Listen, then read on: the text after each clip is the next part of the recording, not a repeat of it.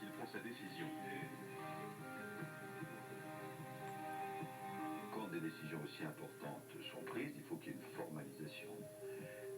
Il n'y avait pas de suspense. La décision devait être prise.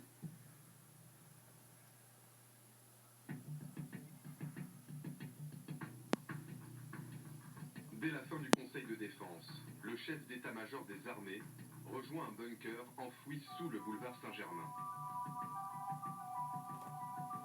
Le CPCO, le Centre de planification et de conduite des opérations, va mettre en œuvre les ordres de François Hollande. Le président a décidé qu'on allait y aller. Voilà. Et il veut y aller vite, et il veut y aller fort.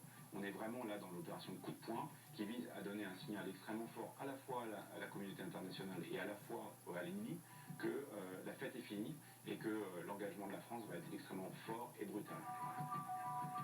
Dans la cellule de crise, une trentaine d'officiers de tous les corps d'armée, des agents du renseignement et des forces spéciales.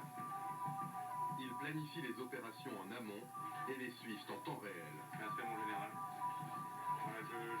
Le capitaine de vaisseau Pierre Vandier déroule immédiatement un scénario mis sur pied depuis des mois.